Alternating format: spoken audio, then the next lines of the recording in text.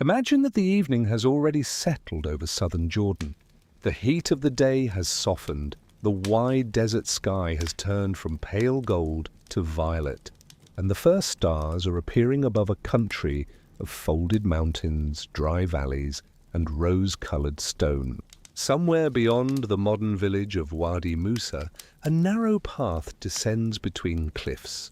The path seems ordinary at first, dusty beneath the feet, quiet except for the faint movement of wind.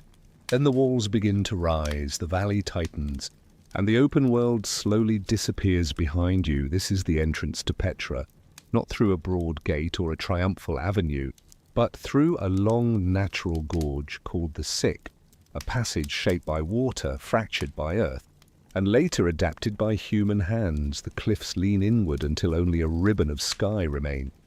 Their surfaces carry bands of red, cream, purple and grey, as though the rock has remembered every sunset that ever touched it. The air becomes cooler, footsteps return in soft echoes, and the modern world seems to loosen its hold. This is a fitting way to approach a city that was never truly lost, but was hidden from distant empires, misunderstood by later travelers, and gradually emptied of the noise that once filled its streets. Petra survives in silence now, yet the silence is layered. Beneath it are the bells of pack animals, the calls of merchants, the splash of water in channels, the scrape of iron tools against sandstone, the murmur of prayers spoken before blocks of sacred stone, and the ordinary voices of families waking, working, eating, bargaining, grieving, and sleeping in a desert capital more than 2,000 years ago. Tonight, we will move slowly through that vanished world, not rushing toward the famous monuments, not treating the city as a collection of dramatic facades, but allowing its landscape, its people, and its long history to emerge one quiet detail at a time. We will follow the routes that carried incense from southern Arabia. Imagine the careful work that turned cliffs into tombs. Trace the water that made gardens possible in an arid valley, and remain with Petra as kingdoms rose around it, as Rome absorbed it, as churches appeared above its streets, and as earthquakes and changing trade gradually altered its life. The story is not a simple rise followed by a sudden fall. It is a patient story of movement, adaptation, memory, and stone. Long before the Nabataeans made Petra the center of a wealthy kingdom, the landscape had already been inhabited, crossed, cultivated, feared, and revered by many generations. The region lies between the high plateau east of the Araba Valley and the desert routes that extend toward Arabia, Syria, Egypt, and the Mediterranean. It is a place where geography creates both hardship and opportunity. Rain is limited and uncertain. Summers can be severe. Winters can bring cold winds and sudden storms. Yet the mountains contain springs, sheltered basins, defensible ridges, and narrow passages through which travelers can be watched and guided. The sandstone is soft enough to carve, but strong enough in many places to preserve enormous monuments. The valleys gather runoff from distant slopes, and when rain arrives, water may rush through the channels with frightening speed. The same force that threatens destruction can also be captured, stored, and directed. This balance between danger and possibility would become central to Petra's history. Earlier peoples of the region, including communities associated with ancient Edom, knew the land before the Nabataean Kingdom took shape. They farmed where farming was possible, guarded routes, established settlements, and left traces that remind us that no civilization begins on an empty map. By the first millennium before the Common Era, the wider territory was already connected to political struggles among local kingdoms and the great powers of the Near East. Assyrian, Babylonian, Persian, and later Macedonian ambitions reached across the region, though their control was never equally firm in every valley. After Alexander the Great conquered the Persian Empire, his successors divided and fought over its territories, creating a world of competing Hellenistic kingdoms. Armies marched, ports changed hands, cities minted coins bearing royal faces, and caravan routes became even more valuable because they linked areas controlled by rival rulers. Amid these pressures, the Nabataeans began to appear more clearly in the surviving record. Their deeper origins remain debated, and because they left few narrative histories of their own, much of what is known must be reconstructed from archaeology.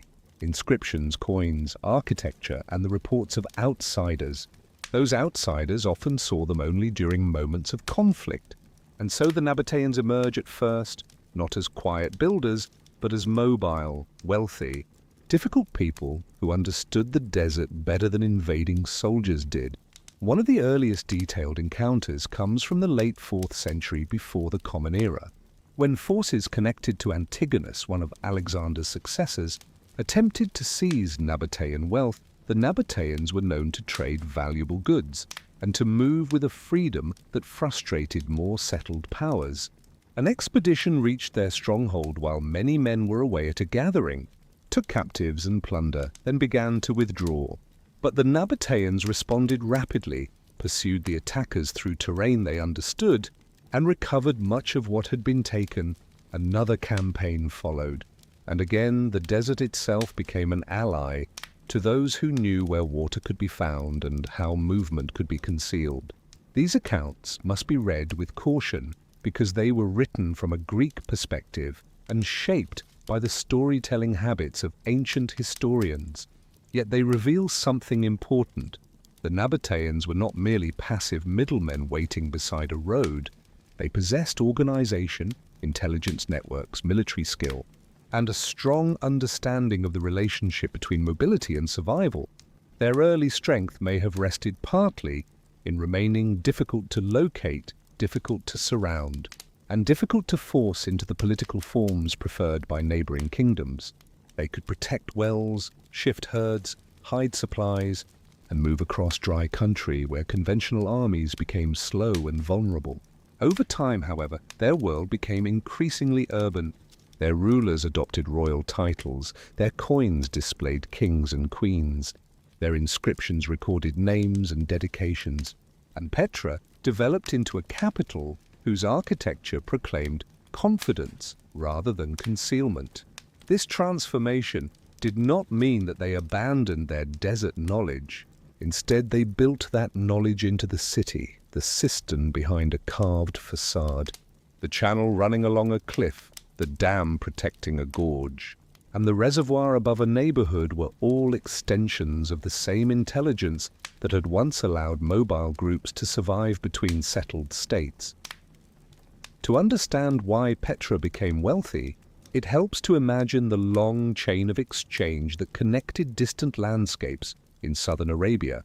Trees producing frankincense and myrrh grew in regions whose climate allowed these aromatic resins to form. The substances were harvested, sorted, packed, and carried northward. Incense was burned in temples, used in funerary rites, valued in medicine and perfume, and desired by communities from Egypt to the Mediterranean and beyond. Caravans also transported spices, textiles, metals, bitumen, precious stones, ivory, and other goods that changed according to route and period. Not every item traveled from one end of the system to the other in the same hands. Trade was a relay of merchants, guides, brokers, animal handlers, officials, guards, translators, and local suppliers. A load might pass through many markets, gathering taxes, fees, risks, and stories as it moved. The Nabataeans became powerful because they occupied and influenced key spaces within this network. They understood the desert roads leading north from Arabia. They controlled water and shelter at crucial points. And they could connect caravans with markets toward Gaza, Damascus, Egypt, and the Red Sea. Petra's position among mountains gave it protection, while nearby routes linked it to the wider world. Wealth did not simply arrive because the city stood near a road. Roads in the ancient world were living systems. They required negotiated passage, wells, fodder, security, seasonal knowledge, political agreements, and confidence that goods would survive the journey. The Nabataean Kingdom supplied many of these conditions, and in return, it gained revenue, diplomatic influence, and access to foreign styles, technologies, foods, and ideas. Now imagine a caravan approaching the Petra region after weeks of travel. The animals are tired, Leather straps have rubbed against their loads. Dust has entered clothing and hair. Each day has been measured not by clocks, but by the distance between water, the angle of the sun, and the strength of the animals. Camels move with a rolling rhythm, carrying sacks and jars carefully balanced on their backs. Smaller animals may carry local goods. Riders scan the ridges, and guides judge clouds that might promise rain in one direction or a dangerous flood in another. The caravan is not a romantic line moving peacefully through an empty landscape. It is a working community under pressure. An injured animal can delay everyone. A broken container can ruin valuable cargo. A dispute over fees can close a route. And a rumor of war can change the destination of an entire journey. As the travelers near Petra, the signs of organized territory increase. Watchpoints command the approaches. Cultivated areas appear where runoff has been controlled. Paths converge, and people who serve the traffic of trade come into view. Some provide fodder, some repair harnesses. Some exchange money, some assess taxes. Some offer lodging, and some carry news faster than goods. Entering the city would bring a sudden change of sound from open wind to enclosed echoes, from the repetitive steps of the road to the layered noise of an urban center. Languages overlap. Nabataean Aramaic may be heard beside forms of Arabic, Greek, and the speech of visitors from farther away. Incense scents the air near religious places. Smoke rises from cooking fires. Water flows where engineering allows it. And the cargo that survived the desert becomes part of a new round of calculation. Weighing, bargaining, repacking, and sale. The people we call Nabataeans were Arabs, but their identity was shaped by more than a single origin story. They lived at a crossroads and created a culture capable of absorbing influence without dissolving into it. Their written language was a form of Aramaic, widely used in the region. Yet personal names, religious traditions, and later developments in their script reflect their Arabian connections. Their art borrowed and transformed elements associated with Hellenistic kingdoms, Egypt, Syria, Mesopotamia, and Rome. A carved facade may display columns and pediments familiar from Mediterranean architecture, stepped designs rooted in older Near Eastern traditions, and distinctly Nabataean choices in proportion and arrangement. This mixture should not be mistaken for imitation without identity. Cosmopolitan cultures often reveal themselves precisely through selection. They decide what to borrow, what to reject, what to combine, and what to make meaningful in a new setting. Petra became a place where visual languages from different regions were carved into the same cliff, where a visitor might recognize a familiar capital or mythical figure, yet encounter it within a composition that belonged nowhere else. This ability to translate between worlds was closely related to trade. Merchants succeed not only by moving objects, but by understanding expectation. Measures, customs, promises, and symbols. The Nabataeans became skilled translators of landscape and culture alike. As their kingdom expanded, Nabataean rulers entered the unstable politics of the Eastern Mediterranean. They negotiated with neighboring powers, fought wars, supported allies, lost and regained territory, and learned to survive near Rome, whose influence grew steadily through the 1st century before the Common Era. Kings with names such as Aretas, Obodas, Malichus, and Rabble appear in coins and inscriptions. Queens also appeared on coinage, sometimes beside their husbands, giving us calm royal profiles pressed into silver or bronze. These small objects traveled through markets and hands, carrying the image of authority far beyond the palace. Aretas III, who ruled in the 1st century before the Common Era, extended Nabataean influence northward and became involved in struggles around Damascus and Judea. Roman commanders eventually imposed new limits on regional powers. Yet the Nabataean Kingdom was not immediately destroyed. It adjusted, paid when necessary, resisted when possible, and continued to benefit from commerce later under Aretas IV, whose long reign began near the end of the 1st century before the Common Era and continued into the 1st century of the Common Era. Petra seems to have reached a period of exceptional prosperity. Many of the monumental tombs are generally associated with the centuries when Nabataean wealth was greatest, though precise dating is often difficult because carved facades do not always preserve inscriptions or sealed deposits that would allow certainty. The city's most famous buildings therefore remain partly mysterious, not because archaeology has learned nothing, but because stone can preserve form while losing names. At the height of Petra's life, the city was much more than the narrow approach and the carved facade now called the treasury. It spread across valleys, terraces, ridges, and slopes with temples, houses, workshops, markets, tombs, dining spaces, gardens, streets, reservoirs, stairways, and paths connecting areas at different levels. Its population cannot be known precisely, estimates vary, and any simple number risks suggesting more certainty than the evidence allows, yet the scale of water systems, public buildings, domestic neighborhoods, and burial landscapes makes clear that this was a substantial urban center. People lived not only before the monuments, but above them and behind them. Rooms were built of cut stone and rubble. Walls were plastered, floors laid, roofs maintained, courtyards swept, storage jars filled, and ovens heated. Wealthy houses occupied prominent terraces, while workers, servants, traders, craftspeople, farmers, priests, officials, and visitors formed a city whose social differences can be glimpsed but not completely mapped. Some families could commission immense tomb facades visible across the valley. Others left behind only broken pottery, a worn tool, a simple grave, or no identifiable trace at all. The monuments naturally draw attention because they survive at a scale that overwhelms the viewer. Yet the city depended on countless acts that left little stone behind.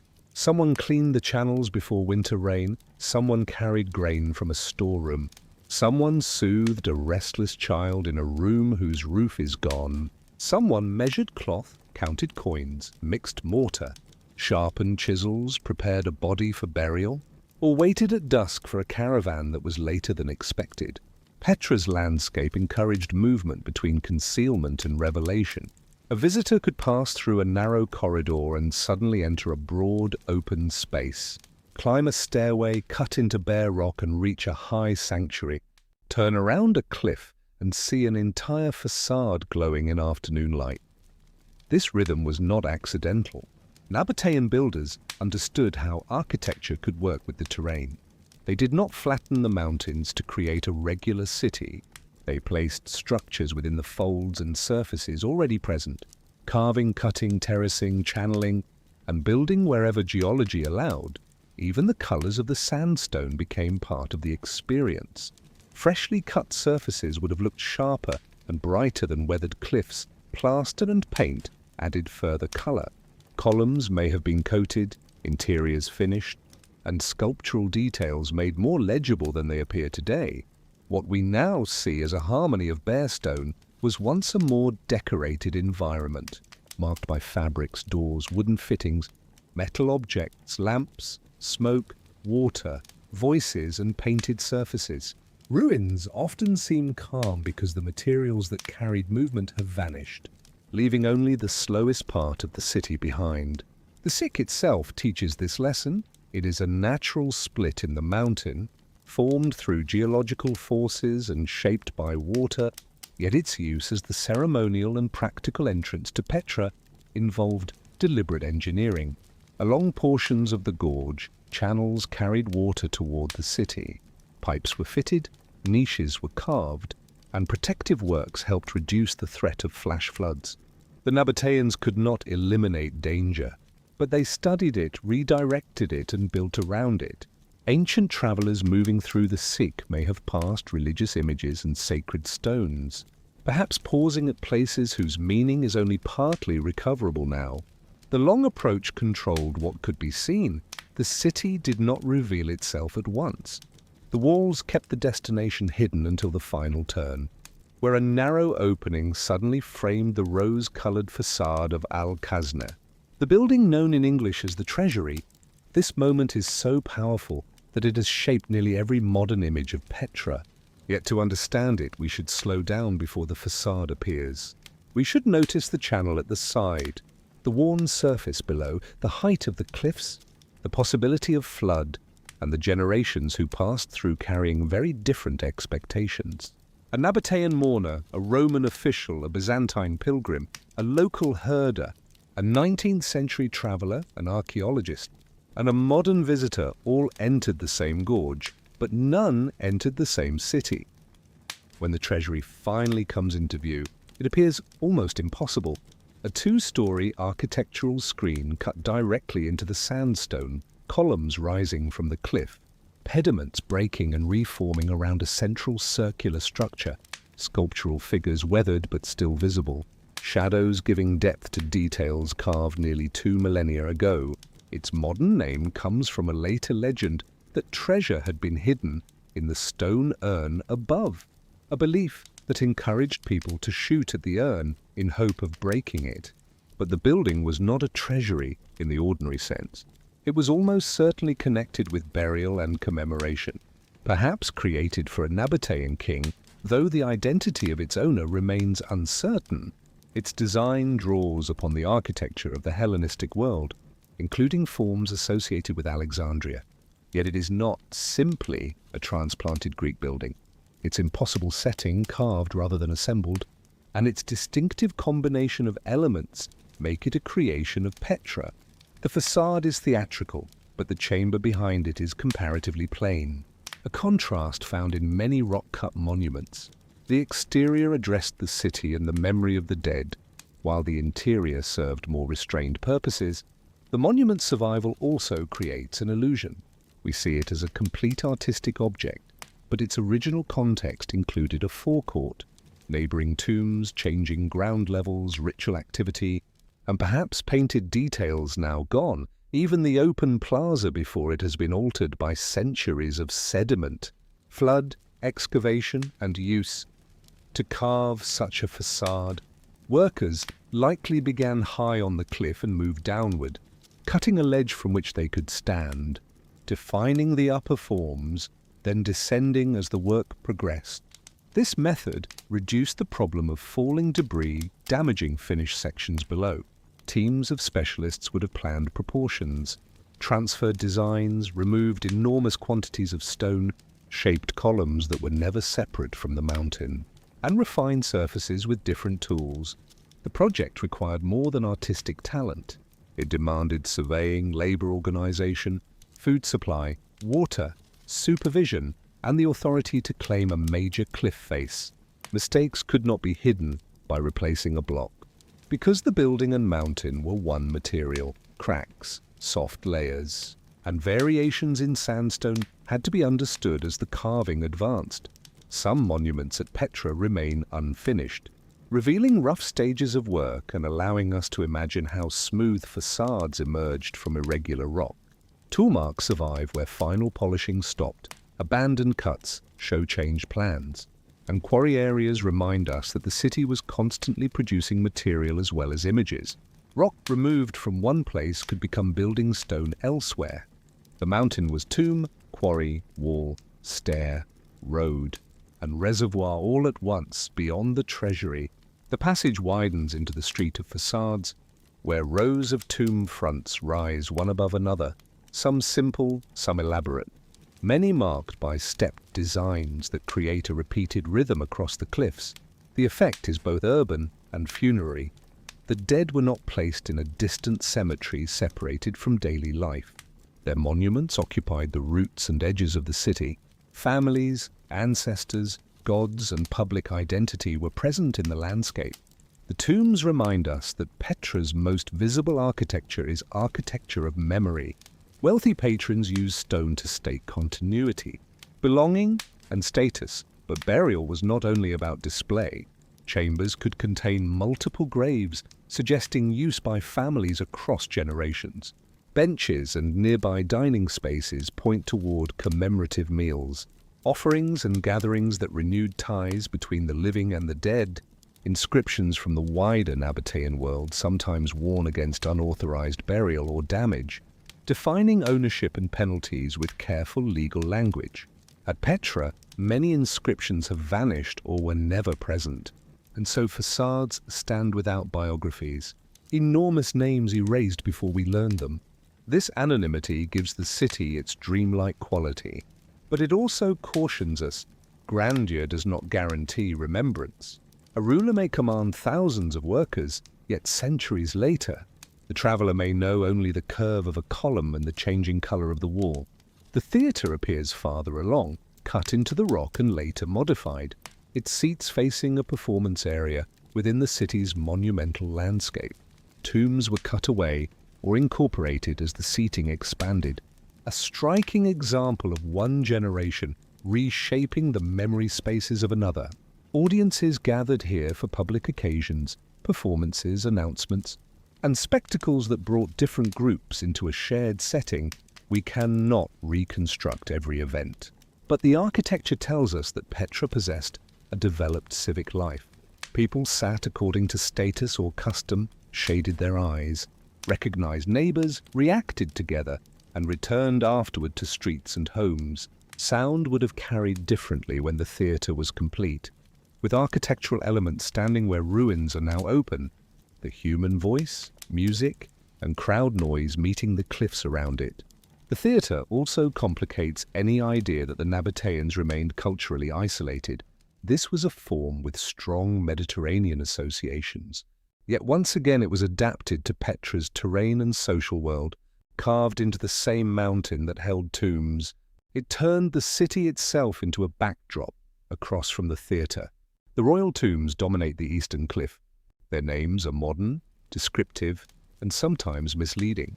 The urn tomb, silk tomb, Corinthian tomb, and palace tomb form a sequence of monumental facades whose scale suggests elite or royal patronage. Though not every owner can be securely identified, the urn tomb rises above a broad terrace supported by arched chambers. Its large interior was later transformed into a church, showing how sacred and monumental spaces could receive new meanings over time. The silk tomb is named for the extraordinary colors that flow across its weathered surface, bands of red, yellow, purple, and white merging like folded cloth. Its architecture is damaged, but its geology has become ornament. The Corinthian tomb presents a facade whose eroded details recall elements of the treasury, while the palace tomb spreads across the cliff like the front of a grand-built palace, several stories high, its upper portions partly constructed where the natural rock was insufficient. Together these tombs create a wall of ambition, not a uniform plan, but a conversation among patrons who selected locations, forms and scales visible from the city below. In morning or late afternoon, shadows move across their columns and doorways, causing the facades to change expression without moving at all. It is easy to stand before such tombs and imagine only kings. Yet death in Petra involved wider communities. Rock-cut graves range from monumental chambers to modest niches, and burial customs changed across time. Bodies might be placed in shafts cut into floors or walls. Grave goods could accompany them, and later reuse disturbed many original arrangements. Looting, erosion, new burials, and changing religious practices complicate archaeological interpretation. Human remains provide evidence of age, diet, disease, labor, and movement. But preservation is uneven, and every skeleton represents a person whose full story cannot be recovered. Funerary banquets may have taken place in triclinia, dining rooms with raised benches on three sides, where participants reclined or sat around a central space, eating in honor of the dead, renewing family obligations, and perhaps sharing food with divine beings through ritual. One of the largest and most remarkable dining complexes lies in Little Petra, north of the main city, where a painted chamber preserves imagery of vines, birds, figures, and abundance. The paintings evoke a lush world far removed from barren stereotypes of desert life. Grapes, greenery, and animated forms create an atmosphere of fertility, pleasure, and cultivated taste, reminding us that the Nabataean elite did not define themselves only through endurance. They also celebrated refinement, hospitality, and controlled abundance. The road into Petra therefore moved through a landscape where commerce, religion, civic life and remembrance overlap.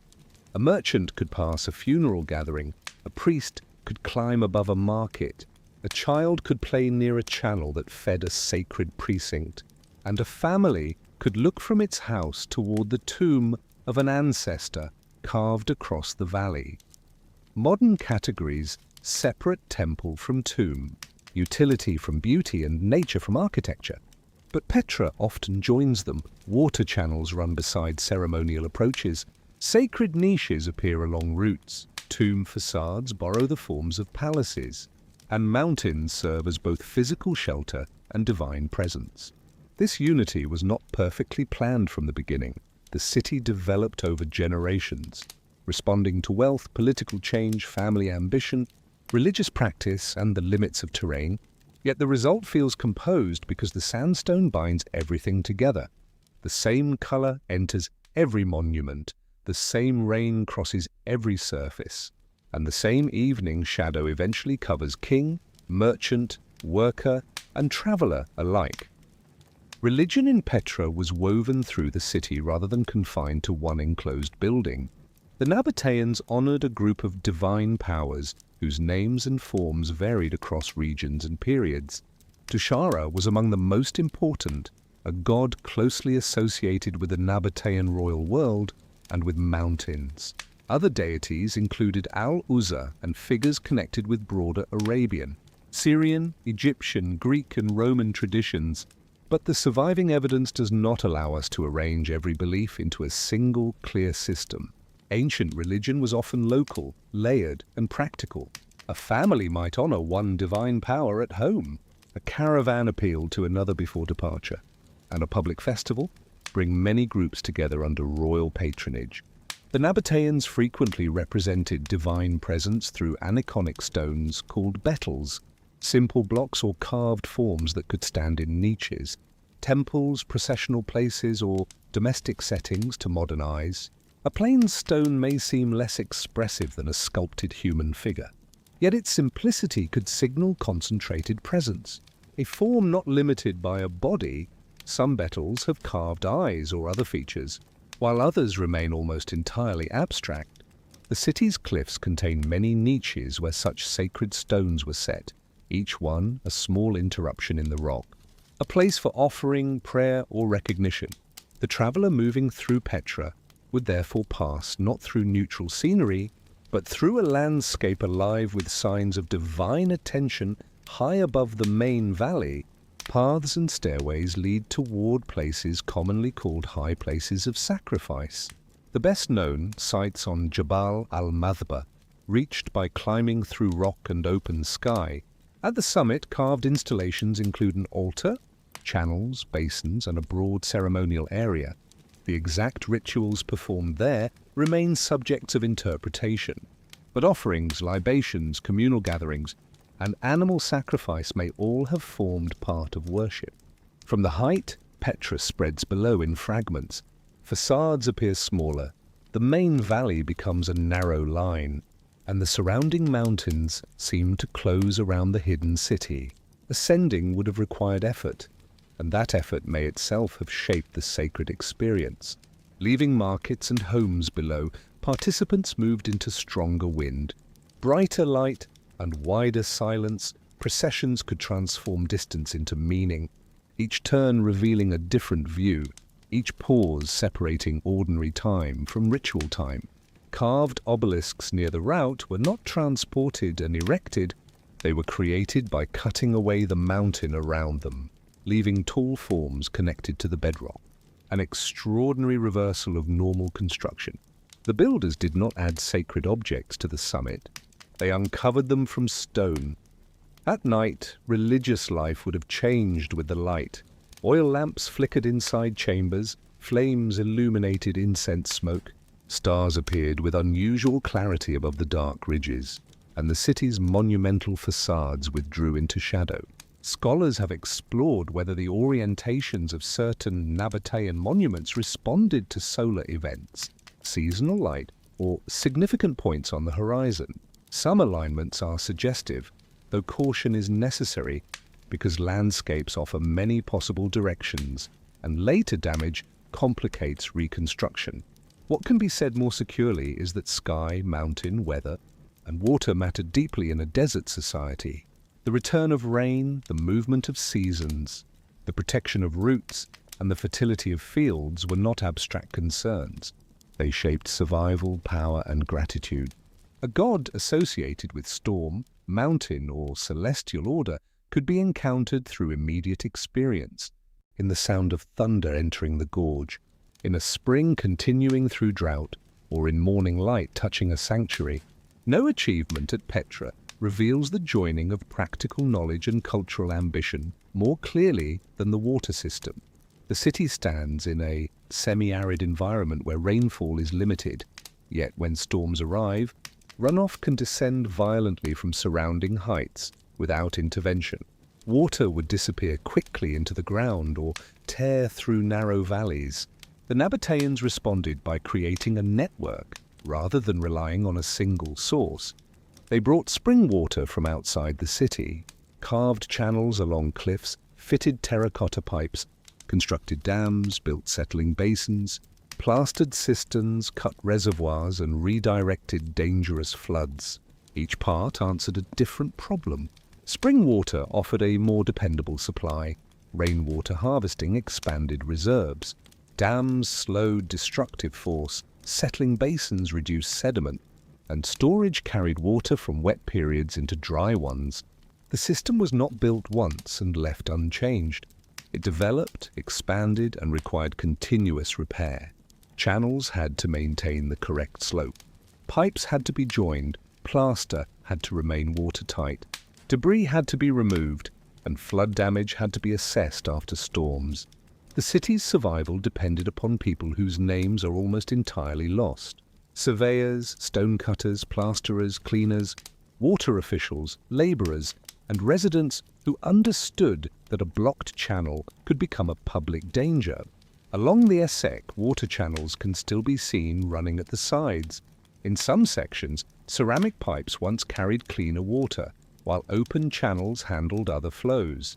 The route from springs near Wadi Musa brought water across challenging ground toward the city, where it entered a distribution system serving public and private needs. Hydraulic engineering in Petra included not only transport, but protection. A dam near the entrance diverted floodwater away from the narrow gorge, and a tunnel carried dangerous flow through another route.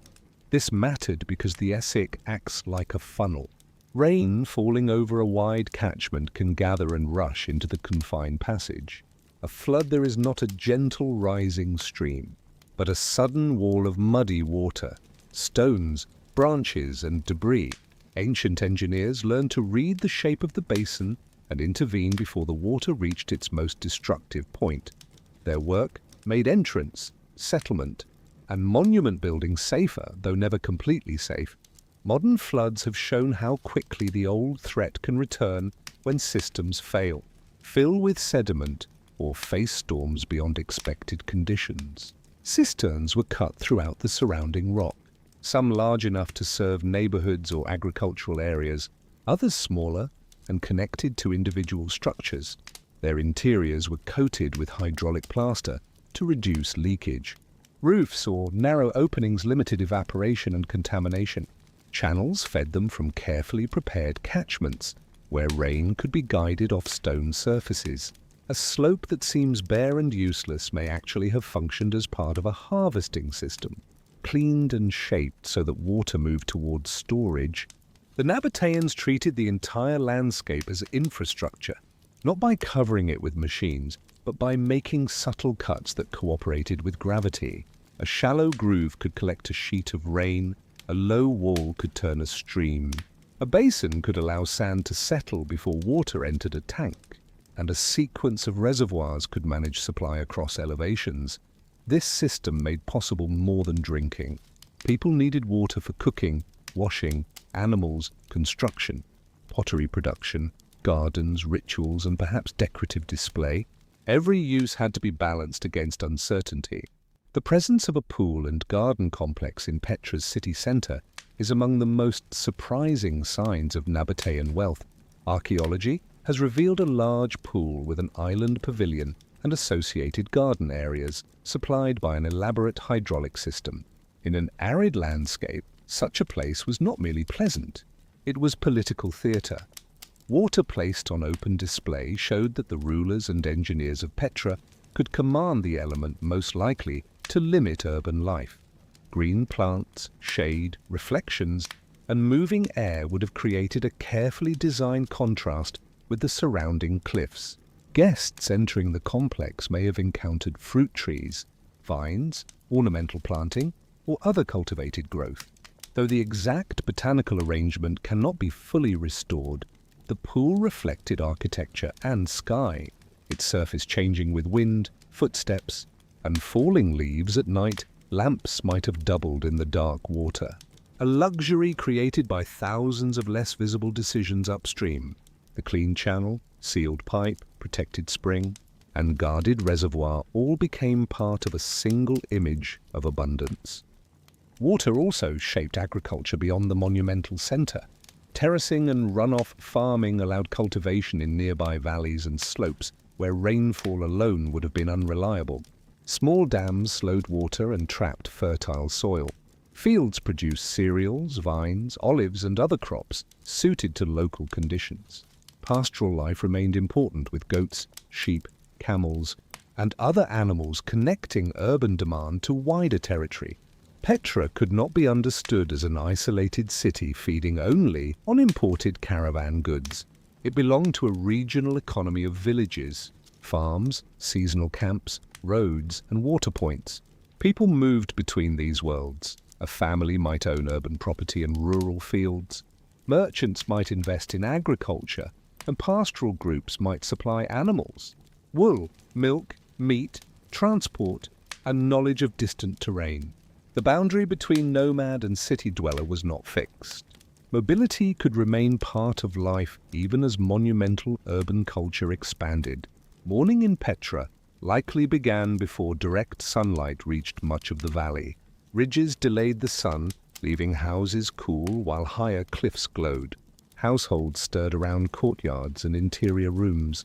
Servants or family members drew water. Grain was ground, bread prepared. Lamps extinguished, doors opened, and animals fed. The smell of smoke mixed with dust and damp plaster. Wealthy residences on terraces such as Zantur contained rooms arranged around courtyards, decorated walls, fine objects, and views across the city.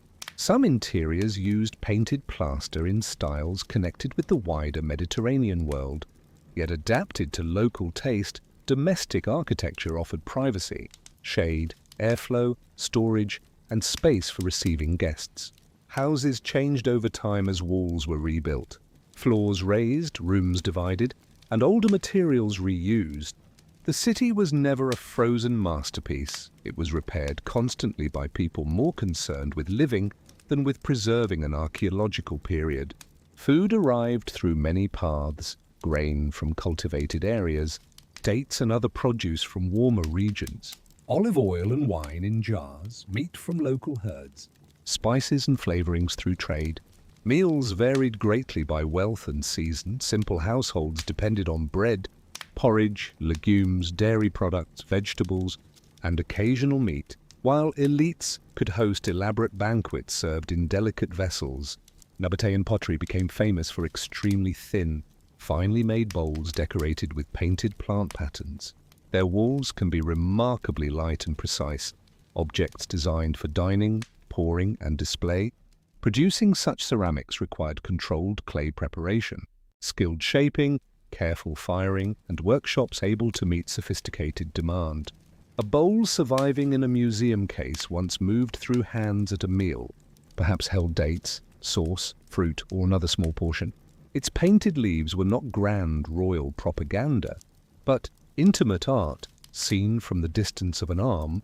Workshops supplied the city with pottery, metal objects, stone fittings, textiles, leather goods, tools, and countless repairs. Sandal straps broke, jars cracked, hinges loosened, roofs leaked, and pack saddles wore down. Urban prosperity created work not only for luxury artists, but for ordinary specialists who kept systems functioning. Quarries and carving sites rang with hammer blows. Masons shaped blocks for freestanding buildings. Carpenters provided beams, doors, scaffolds, and furniture. Plasterers covered rough surfaces, painters added color, and metalworkers sharpened the chisels that made the monuments possible. The famous facades can tempt us to imagine anonymous labor as one enormous mass. But each task required knowledge learned through practice. An experienced cutter could feel weakness in the sandstone. A plasterer knew the mixture that would hold water. A potter read the color of heat inside a kiln. A caravan master recognized an animal becoming ill before others noticed. And a cook understood how much fuel could be used before the next supply arrived. Women are difficult to see fully in the surviving sources as they are in many ancient societies. Yet they were present at every level of Nabataean life. Queens appeared on coins beside kings. Inscriptions record women owning or dedicating property. Tombs served female as well as male members of families.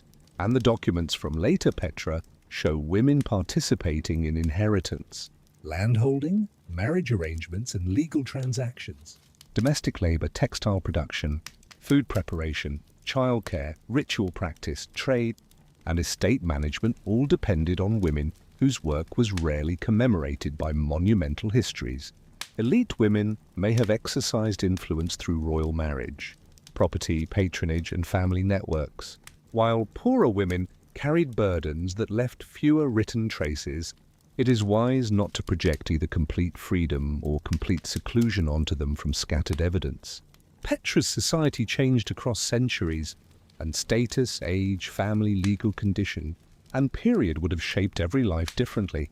Children grew up within a city full of steep drops, stairways, animals, travelers, workshops, and sacred places. They learned routes through the cliffs before they understood the distant countries named by merchants. Some helped with household tasks, carried small vessels, tended animals, gathered fuel, watched younger siblings, or entered trades through family instruction.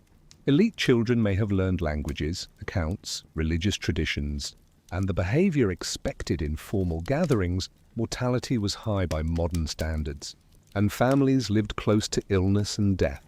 Yet childhood also contained games, curiosity, imitation, and the intense familiarity of place. A child might recognize individual camels by sound, know which cistern stayed cool in summer, or climb to a ledge from which foreign visitors looked tiny below.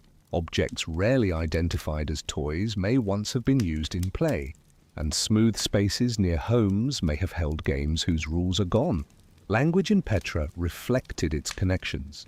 Nabataean inscriptions used a script derived from Aramaic, written across tombs, dedications, coins, and everyday materials. Over time, the flowing forms of Nabataean writing contributed to the development of Arabic script, a legacy far greater than the number of surviving texts might suggest. Greek also circulated, especially under Roman and Byzantine administration. Latin appeared in official imperial contexts, and spoken Arabic in various forms remained part of the region's life. Multilingualism was practical rather than ornamental. Contracts, taxes, trade negotiations, prayers, royal announcements, and personal names all moved through language. A merchant who could calculate exchange and speak to different partners held an advantage. A scribe could turn an oral agreement into a durable claim, and an inscription could protect a tomb by threatening penalties to anyone who violated it. The city centre opened beyond the theatre into a broader valley, where freestanding architecture became more prominent. A colonnaded street ran through the urban core, its paving, columns, shops, and public spaces shaped movement along the wadi. The street followed the terrain rather than imposing a perfect grid. And later, Roman modifications altered its appearance. People passed along it carrying baskets, leading animals, delivering messages, or pausing beneath shade. Shopfronts exposed goods and work to the street, while side routes climbed toward residences, temples, and tombs. Public fountains or water displays may have marked important points, and gates organized ceremonial approaches. The surviving columns stand isolated now, but originally they belonged to walls, roofs, porticos, and crowded visual sequences. Fabric awnings may have softened sunlight. Signs or displays identified cellars, and waste, dust, smells, bargaining, and gossip made the avenue less pristine than modern reconstructions sometimes suggest. At one side of the central area stood the structure known as the Great Temple, a vast complex approached by monumental stairways and terraces. Its modern name reflects archaeological interpretation rather than an ancient inscription naming the building, and debate continues over aspects of its function: religious, civic, ceremonial, or some combination. The complex contained colonnaded spaces, sculptural decoration, and an upper area later fitted with seating, suggesting changing uses across time. Elephant-headed capitals, fragments of painted plaster, and architectural ornament reveal the range of imagery employed in Nabataean public design. The building's scale required immense investment and gave rulers or civic authorities a place to stage power before assembled groups. Walking upward through its levels would have controlled pace and view, separating the visitor from the street below. Nearby, the temple called Qasr al-Bint was constructed largely as a freestanding masonry building rather than carved from the cliff. Its modern Arabic name means Palace of the Daughter, but the ancient dedication is not securely known. The structure stood within a sacred precinct and survived to a greater height than many neighboring buildings because of its massive walls. Wooden bonding courses within the masonry may have helped distribute stress. Though earthquakes still damaged the complex, a broad stair led toward the entrance, and the interior included a main sacred space where divine images or bettles may have been housed. Worshippers approached through courtyards and controlled thresholds. Offerings and ceremonies linked the temple to civic authority. The building's rectangular mass contrasted with the flowing cliffs, showing that Nabataean architects were equally capable of carving mountains and assembling monumental stone. Across the wadi, other sanctuaries, reception spaces, administrative buildings, and markets formed a center whose exact functions continue to be refined through excavation. Archaeology proceeds slowly because every wall may belong to several periods. A Nabataean foundation can support a Roman rebuilding, which may later be altered by Byzantine residents, collapsed in an earthquake, robbed for stone, covered by flood sediment, and crossed by a modern path. To excavate is to reverse that sequence carefully, recording soil color, pottery, coins, mortar, ash, bones, seeds, and architectural relationships. The spectacular object is only one kind of evidence. Often a humble shard gives a more reliable date than a magnificent facade. The route to Ad-Dir, the monument called the monastery, climbs hundreds of rock-cut steps into the mountains west of the center. The ascent passes narrow turns, small stalls in modern times, open views, and places where the edge falls away into valleys. Ancient visitors made the climb without the expectation of a famous photograph waiting at the end. They may have joined processions, attended commemorative gatherings, or traveled toward a sacred complex linked with elite identity. When Ad-Dir appears, its facade spreads broadly across the cliff, less intricately ornamented than the treasury, but even larger in overall presence. A great doorway opens into a chamber with a raised platform at the rear. The monument's current name came from crosses carved inside during Christian use. While its original Nabataean purpose may have involved a memorial cult, ritual dining, or ceremonies connected with a deified ruler, an inscription suggests association with King Obodas, though interpretation remains cautious. The open area before the facade could hold a substantial gathering, and surrounding features indicate that the monument belonged to a wider complex rather than standing alone.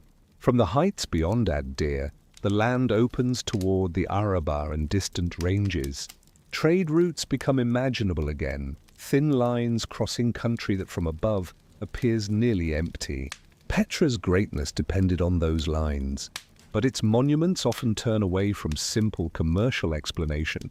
Wealth from trade enabled building. Yet building expressed memory, religion, kingship, competition, and belonging. No merchant carved a palace-sized tomb merely to advertise efficient transport. The city transformed economic success into a sacred and social landscape, and in doing so, it created a capital unlike the port cities and river plains of neighboring powers. The reign of Aretas IV is often treated as a golden age, and there are reasons for this.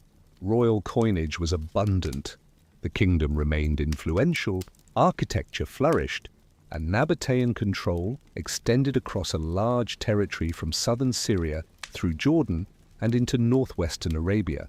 Cities such as Hegra carried related traditions far to the south, where dated tomb inscriptions help scholars understand forms also seen at Petra. Aretas styled himself as one who loved his people, and his coins show him with queens, including Huldu and Shakilat, presenting dynastic partnership to subjects who handled the currency. His reign overlapped with the world described in early Roman imperial and New Testament sources, including regional tensions involving Herod Antipas and Aretas. Though Petra itself does not become a clear stage in those narratives, the kingdom stood beside powerful neighbors and could not ignore Roman expectations. Yet it retained its rulers, armies, religious institutions, and economic networks for generations. Roman power did not arrive at Petra in a single dramatic invasion recorded in detail. In the year 106 of the Common Era, after the death of King Rabble II, Emperor Trajan annexed the Nabataean Kingdom and created the province of Arabia. The circumstances remain less clear than one might expect for such an important change. Roman forces moved into the region, but evidence for large-scale destruction at Petra is lacking. This suggests that annexation may have involved limited resistance, negotiation, or a transition managed in ways that left the city intact. Roman coins celebrated the acquisition of Arabia. Roads were improved, military presence increased, and the province was tied more directly to imperial administration. Petra received new civic status and continued to prosper for a time. The Old Kingdom ended, but Nabataean people, language, religious practices, artistic habits, and local families did not vanish when a Roman governor arrived. A major road known as the Via Nova Traiana connected the Red Sea port of Aila with Bostra in the north, facilitating troop movement, administration, and trade across the new province. Milestones declared imperial authority along the route. While local travelers used the same road for ordinary journeys, Petra benefited from connection to this network, and Roman-style urban changes appeared in the city. The colonnaded street was reorganized, a monumental gate framed access to sacred areas, and public architecture expressed the language of imperial civic life. Yet Roman Petra remained deeply marked by its Nabataean past. Carved tombs continued to dominate the valley. Local gods were not instantly replaced, and families whose ancestors had served Nabataean kings adapted to new forms of citizenship and power. Empire often works through such mixtures, presenting itself as a new order while depending on the expertise, property, and cooperation of those already present. For a person living through annexation, the change may have been experienced unevenly. An official faced new reporting structures, a soldier new commands, a merchant new taxes or opportunities, a priest new political patrons, while a farmer beyond the city may have noticed little at first. Coins changed gradually, titles and inscriptions shifted, legal appeals reached different authorities, and military roads brought unfamiliar uniforms. The language of public honor became more Roman, but home cooking, family grief, local accents, and the timing of rain followed older rhythms. History books mark 106 as a boundary because kingdoms and provinces can be dated. Lived experience rarely changes so neatly. Petra's commercial position also evolved. Maritime routes through the Red Sea expanded. Roman control altered patterns of taxation and security, and other centers competed for long-distance trade. Caravan commerce did not simply stop, but the city's ability to dominate it weakened over time. Palmyra became increasingly important in Eastern exchange. Ports connected ships more directly with Indian Ocean goods, and political instability shifted preferred roads. Petra adapted by serving regional trade, agriculture, administration, and local markets. Wealth became less concentrated in spectacular new tombs, and the age of carving enormous royal facades faded. This was not immediate abandonment. People continued to build, repair, worship, marry, inherit, and bury their dead. Decline is often a word imposed from the viewpoint of monumental construction. A city may stop producing giant facades while remaining fully alive to those who call it home. During the 2nd and 3rd centuries, Petra held status within the Roman provincial system. Imperial visits or honors may have inspired new titles and building campaigns. Coins minted for the city carried images linking local identity with Rome. Temples continued in use, and the city centre retained public importance. At the same time, changes in language and religion slowly accumulated. Greek became increasingly prominent in inscriptions, Roman citizenship widened, and communities connected Petra to the eastern Mediterranean world. Soldiers, officials, pilgrims, traders, and migrants passed through. Some stayed, married, and added new customs to the city's layered identity. The sandstone facades watched another cultural vocabulary settle into the valley, not erasing what came before, but writing over it in places, reusing rooms, recutting doors, and moving statues every evening regardless of empire. The city returned to practical concerns. Gates closed or traffic thinned, animals were secured, lamps were filled, water jars checked, food shared, accounts reviewed, and news repeated. The grandest political change eventually became conversation at a table, someone wondering whether the new road would bring more customers, whether a tax collector would return, whether a son serving far away was safe, or whether the winter rain would be enough. Petra's history becomes more understandable when held at this scale. The city was a capital, a provincial centre, a sacred landscape, and an archaeological wonder, but it was also a place where people tried to make tomorrow manageable. In the 4th century, the balance of Petra's life was shaken by natural disaster. An earthquake in the year 363 damaged cities across the region and left clear traces in Petra. Columns fell, walls cracked, streets were blocked, and parts of the water system required repair. Earthquakes do not destroy every district equally. One house may collapse while another remains standing.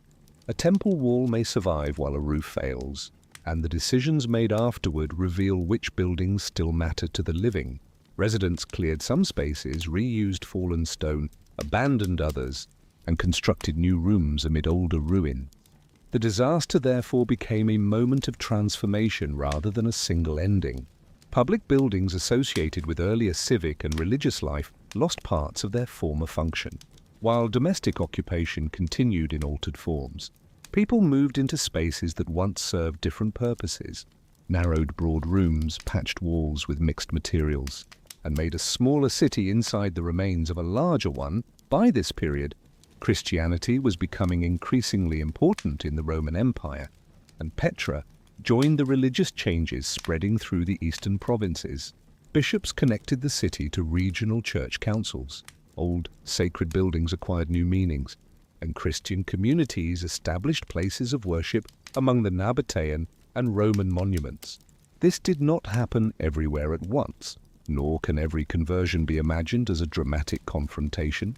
Beliefs changed through family decisions, imperial policy, local patronage, teaching, marriage, and the gradual reorganization of public life. Some temples fell out of use, some spaces were adapted, and crosses appeared where earlier symbols had stood.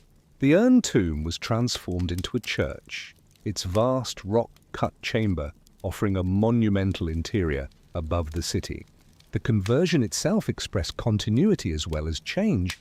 A place already marked by prestige and memory became sacred within a new religious world. On a ridge above the central valley, a group of churches developed during the Byzantine period. The largest, known today as the Petra Church, was constructed in the 5th century and later altered. Its mosaic floors preserve animals, plants, seasonal figures, vessels, and human images arranged in colorful panels.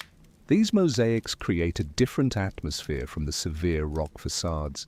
Small pieces of stone and glass form living creatures. Baskets, personifications and decorative patterns underfoot. The work required artists who understood design, color, geometry, and the practical demands of a floor crossed by worshippers. Columns divided the interior. A baptistry served initiation into the Christian community. Lamps lit ceremonies, and voices filled a building whose walls now stand only partly. Nearby were other churches, including the Ridge Church and the building called the Blue Chapel, suggesting that Christian Petra supported several congregations or institutions. The Ridge became a new sacred quarter overlooking an older city. The Petra Church also preserved one of the most intimate archives ever found at the site in a side room destroyed by fire. Archaeologists discovered carbonized papyrus scrolls, blackened and fragile, many fused into shapes that seemed almost impossible to read. Careful conservation and imaging gradually revealed Greek documents from the 6th century, belonging largely to the family of a man named Theodoros, son of Abodianos. The texts concern property, marriage, inheritance, disputes, agreements, and land in Petra and the surrounding region. They do not describe royal ceremonies or the building of the treasury. Instead, they record the durable concerns of ordinary legal life. Who owns a field, how property passes through a family, what obligations accompany marriage, where boundaries lie, and which witnesses confirm an arrangement through these documents. Byzantine Petra becomes populated again by named individuals who traveled to offices, argued claims, protected estates, and used written law to organize uncertain futures. The Nabataean royal language had long faded from administration. Greek now carried legal authority, yet names and local relationships preserved connections to the region's older culture. The papyri correct the idea that Petra simply died after the earthquake of 363. More than 2 centuries later, families still held land, churches still operated, and legal networks still connected the city with surrounding communities. The scale and character of settlement had changed, but change is not emptiness. Agriculture may have become more central as long-distance trade diminished. Houses occupied former public areas, and the monumental center was used in ways its original builders could not have predicted. A fallen column could become building material. A tomb chamber could become shelter, a temple precinct could provide stone, and an abandoned street could collect soil. History continued by adapting what remained. Another major earthquake in the 6th century, often associated with the year 500 before 1, affected parts of the region, though the precise impact at Petra is debated and should not be reduced to a single destructive event. Warfare between the Byzantine and Sasanian empires, shifts in administration, disease, and economic pressure also changed the Eastern Mediterranean. In the early 7th century, fire damaged the Petra church and carbonized its archive. Then the Arab conquests brought the region under new political rule. Petra entered the Islamic period not as a rediscovered relic, but as a place within a landscape where communities continued to move, cultivate, graze animals, reuse structures, and remember roots. Archaeological evidence for the early Islamic centuries is less visually dominant than the Nabataean facades, yet absence of giant monuments does not mean absence of people. The wider region remained important for travel between Syria, Arabia, Egypt, and the holy cities, but Petra no longer stood at the center of the great commercial system that had enriched its kings. Administrative priorities belonged elsewhere. Roads changed. Water installations deteriorated when maintenance communities became smaller, and earthquakes or floods made some areas increasingly difficult to inhabit. Settlement shifted toward places better suited to later conditions, including the area around Wadi Musa. The old city contracted until its monumental valley grew quieter. Wind passed through roofless buildings, sediment-covered floors. Goats moved where officials once walked, and rain continued to enter channels cut by engineers whose language was no longer spoken. During the Crusader period, fortified positions were established in the Petra region.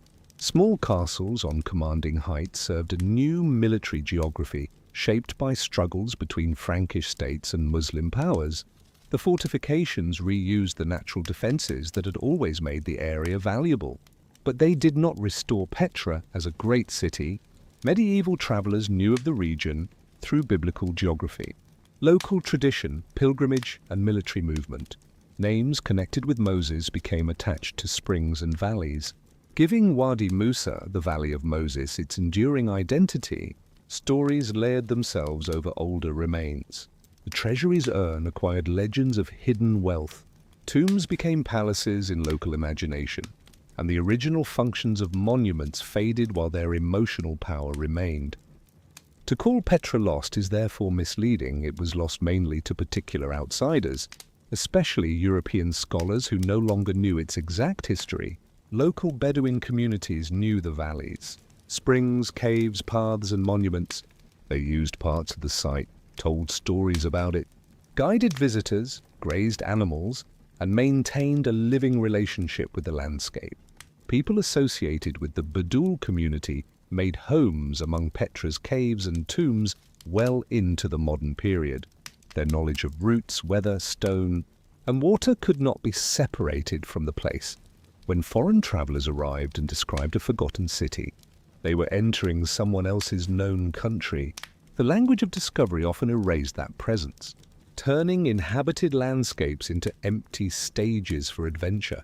European awareness of Petra increased gradually through reports, drawings, maps, and expeditions. Earlier references existed, but travel was difficult and outsiders required local support.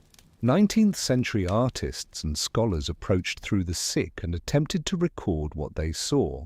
Some produced careful architectural studies. Others filtered the city through romantic expectations of ruin and biblical antiquity. Engravings carried images of the treasury and tombs to readers who would never cross the desert. Petra became part of an expanding Western fascination with the ancient Near East, linked to archaeology, imperial ambition, religious study, tourism, collecting, and art. Visitors measured facades, copied inscriptions, removed objects, and wrote accounts that sometimes revealed as much about their own assumptions as about Nabataean history. Early explorers often focused on monumental architecture because it was visible, dramatic, and suitable for illustration. Domestic neighborhoods, agricultural systems, pottery scatters, and later occupations received less attention.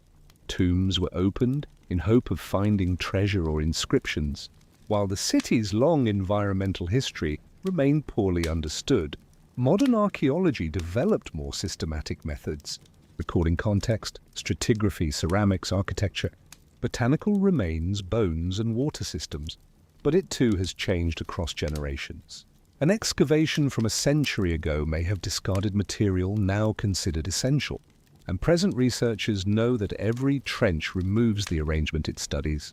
Careful documentation is therefore a responsibility to future questions that cannot yet be predicted.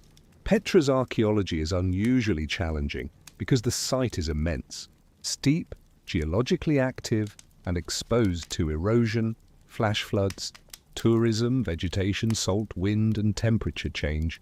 Sandstone can appear eternal from a distance, but close inspection reveals fragility. Water enters cracks, salts crystallize, surfaces flake, and carved details soften. Interventions meant to preserve one feature can accidentally alter drainage and threaten another. Conservation requires understanding the monument as part of a living watershed. A tomb facade cannot be treated as an isolated museum object when rain from an entire cliff flows across it. Channels above the royal tombs, for example, are part of the architecture's survival, clearing, mapping, and repairing them may protect stone more effectively than treating the visible surface alone. The 20th century brought roads, national institutions organized tourism, and expanding archaeological work. After the establishment of modern Jordan, Petra became central to the country's cultural heritage and international image. The site was inscribed on the UNESCO World Heritage List in 1985, recognized for its extraordinary combination of rock-cut architecture, archaeological remains, and dramatic landscape. Increased attention supported research and conservation, but it also brought pressure.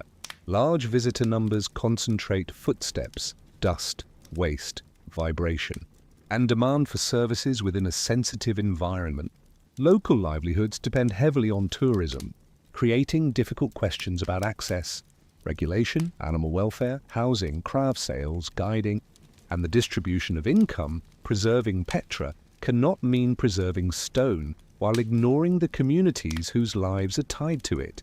The relocation of many Badul families from caves inside the archaeological zone to the nearby settlement of Sayhun changed the relationship between residents and the site.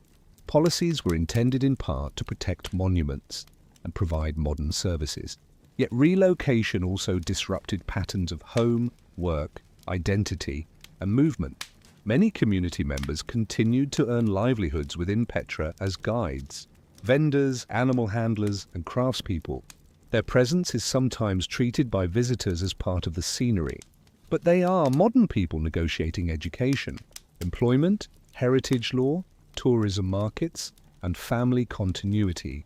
A responsible history of Petra must include them without romanticizing poverty or pretending that ancient Nabataeans and modern Bedouin communities are simply the same. Cultural connections can be meaningful, but identities evolve and should not be reduced to attractions. In recent decades, new technologies have expanded archaeological understanding. Aerial photography, satellite imagery, digital mapping, geophysical survey, architectural scanning, residue analysis, and improved dating methods reveal patterns difficult to see from the ground.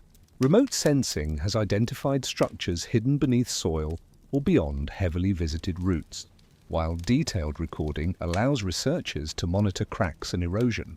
However, technology does not remove uncertainty. A rectangular outline in remote data may indicate a platform, wall field boundary, or later disturbance.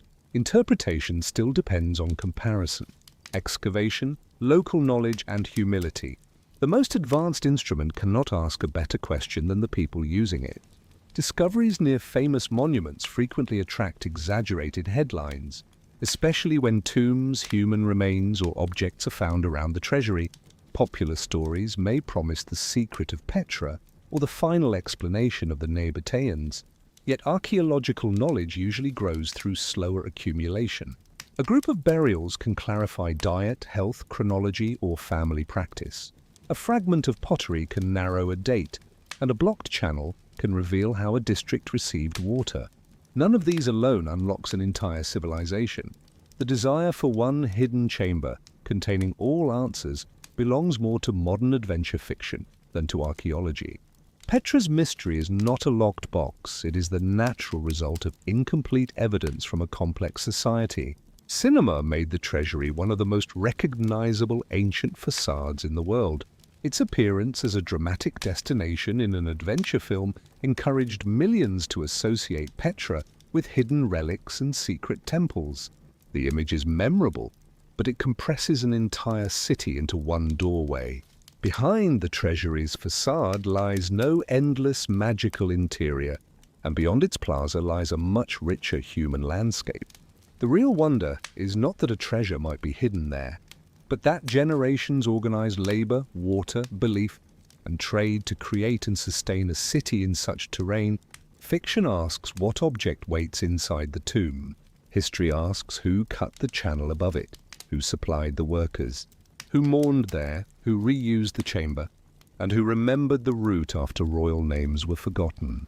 Let us return for a while to Petra during its Nabataean height, not to repeat the monuments, but to follow one imagined day built from what the evidence makes possible. Before dawn, a watchman on a ridge sees the last stars above the eastern plateau.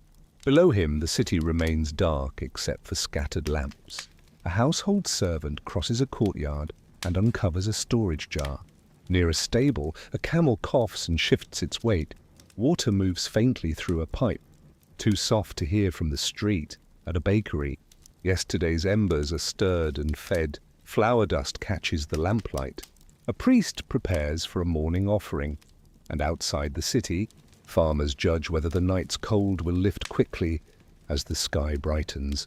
The upper cliffs turn gold before sunlight reaches the valley floor. Doors open, smoke rises, and voices begin to overlap. A caravan that arrived late the previous evening is already being inspected. Scribes compare quantities with declarations. Handlers loosen ropes and merchants examine seals on containers. One traveller has brought aromatics from the south, another dyed cloth from the west, another metalware that has crossed several borders. None sees the whole network, yet each depends on people far beyond the horizon. Payment may involve coin, credit, exchange, royal tax, and personal trust. A broker knows which official can settle a dispute, which warehouse is dry and which buyer pays slowly. By mid-morning, work spreads across the slopes. Stone cutters resume at an unfinished tomb, their first blows sharp in the cool air. Plasterers repair a cistern before the rainy season. Potters turn fine bowls, and children carry messages through routes too steep for loaded animals. At the pool garden, attendants clear leaves from the water and check a channel. In a shaded room, members of an elite household receive visitors, discussing marriage, land, caravan investment, or royal news. Farther away, a woman measures grain against the needs of her family, calculating whether the next market day will bring a better price. The city contains abundance, but abundance is uneven. Monumental wealth rises above households that still worry about fuel, illness, debt, and rain. At noon, heat gathers where the sun reaches open stone. Shade becomes valuable, movement slows, animals rest, and water cellars or household stores offer relief. People shelter under porticos, inside workshops, or beneath fabric. The sandstone releases warmth while deep chambers remain cool. A funeral gathering may begin near a family tomb. Food carried into a dining room, lamps arranged. Words spoken for someone recently lost. Grief moves beside commerce without stopping it. In another district, a public announcement draws listeners. Political authority becomes a human voice, carried imperfectly through a crowd. Afternoon brings departures as well as arrivals. A caravan master studies the route ahead, unwilling to waste the remaining light but cautious about leaving too late. Water skins are checked, animals assigned, guards warned, and final purchases made. The group passes tombs belonging to families more powerful than any traveller. Then enters the narrowing Sikh, their bells fading between the walls. Others climb toward a high place where wind cools the path. And in houses, preparation for evening begins. Grain is cleaned, vegetables cut, oil poured, and news repeated to those who are absent. After sunset, the city becomes a constellation of lamps at different heights.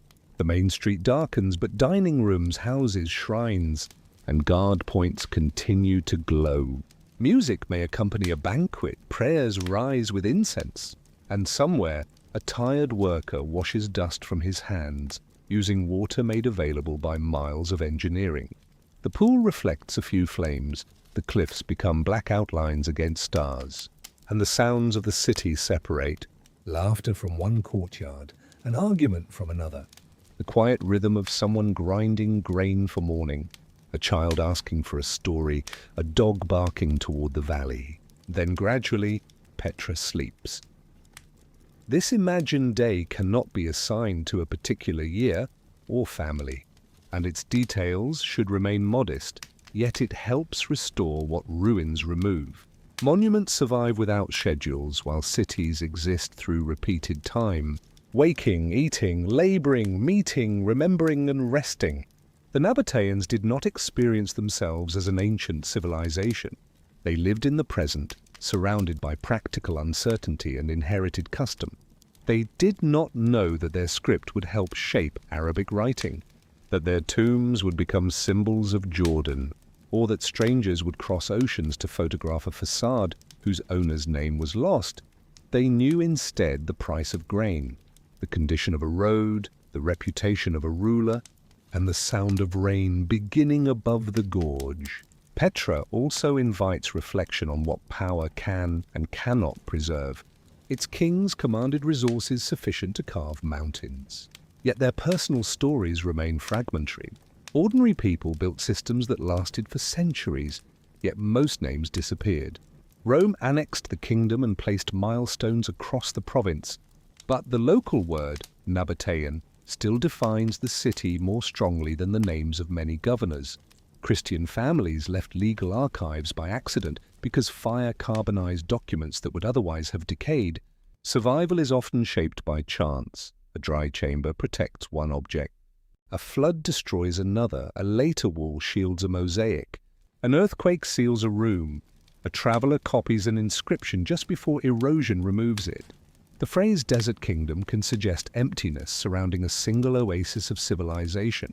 But the Nabataean realm was a network of lived landscapes. Ports, caravan stations, farms, shrines, villages, cities, roads, wells, and seasonal pastures. Petra was its capital, not its whole identity. Hagra in northwestern Arabia preserves great tombs with inscriptions. Avdat, Shivta, Mamshit, and other sites reveal Nabataean and later life across the Negev. Bostra became important in the north, and the port at Aila connected inland routes with the Red Sea. Looking outward from Petra prevents the city from becoming an isolated miracle.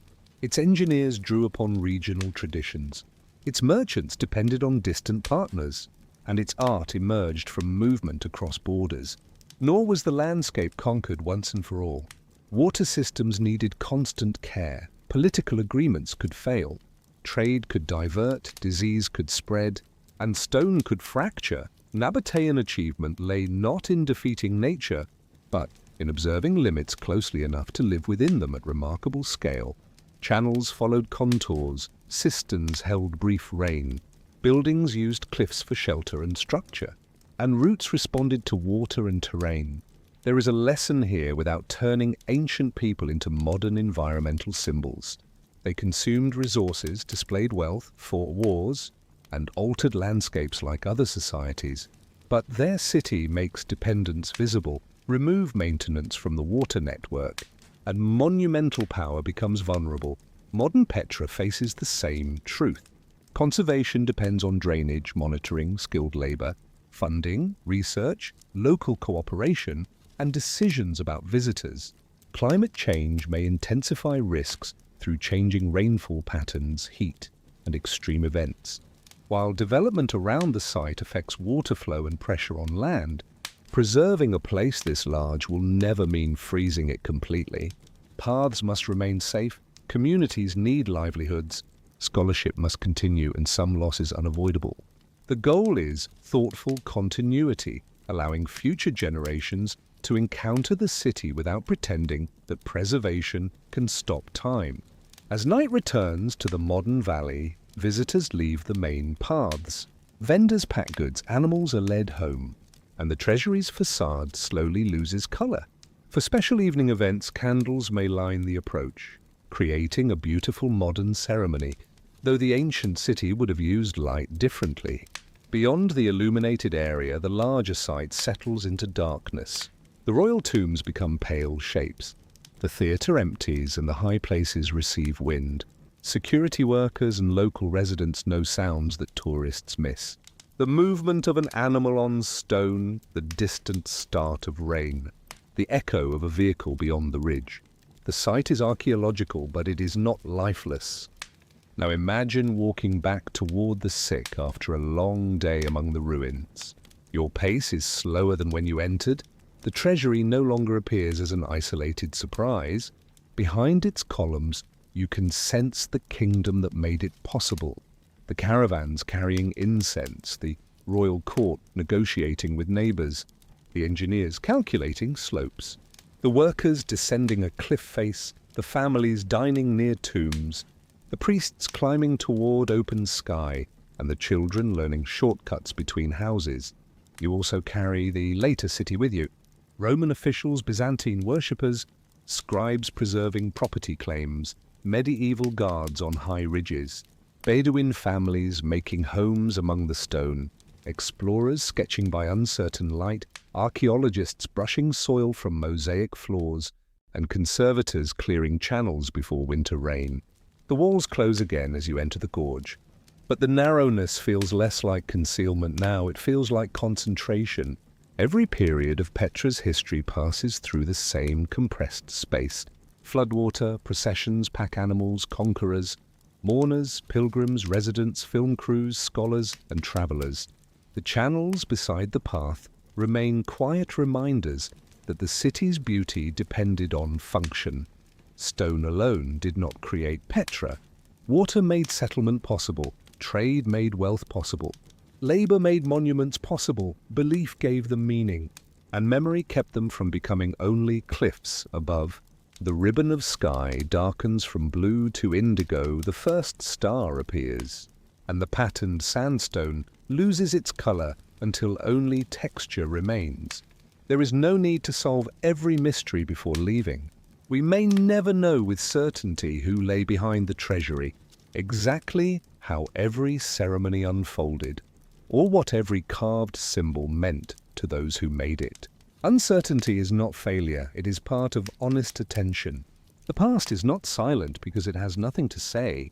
It is quiet because only fragments have reached us, and we must listen without forcing them into a story simpler than the lives that produced them. Petra was not built in a single generation, not destroyed in a single night, and not discovered by a single traveler. It grew from roots, water knowledge, royal ambition, family memory, and cultural exchange. It changed under Rome, lived on through Christian centuries, contracted under new conditions, and remained known to local communities while distant audiences forgot it. The city we visit today is therefore many Petras sharing one landscape: the Nabataean capital, the Roman provincial centre, the Byzantine town, the remembered valley, the archaeological park, the workplace, the homeland, and the dream carried away by visitors. As you reach the open path beyond the sick, the cliffs lower and the sky widens. Behind you, the city returns to darkness. Its monuments do not ask to be watched. Rain will continue to trace channels, wind will move dust across pavements, and morning light will return to the upper tombs before touching the valley. The lost city rests, though it was never entirely lost, and the desert kingdom that built it survives not as a vanished fantasy, but as evidence of patient intelligence, cultural confidence, and human adaptation tonight. Let the footsteps fade, let the caravans move gently beyond the horizon, let water settle in cool cisterns beneath the stone, and let Petra remain for a while in the deep quiet between history and sleep.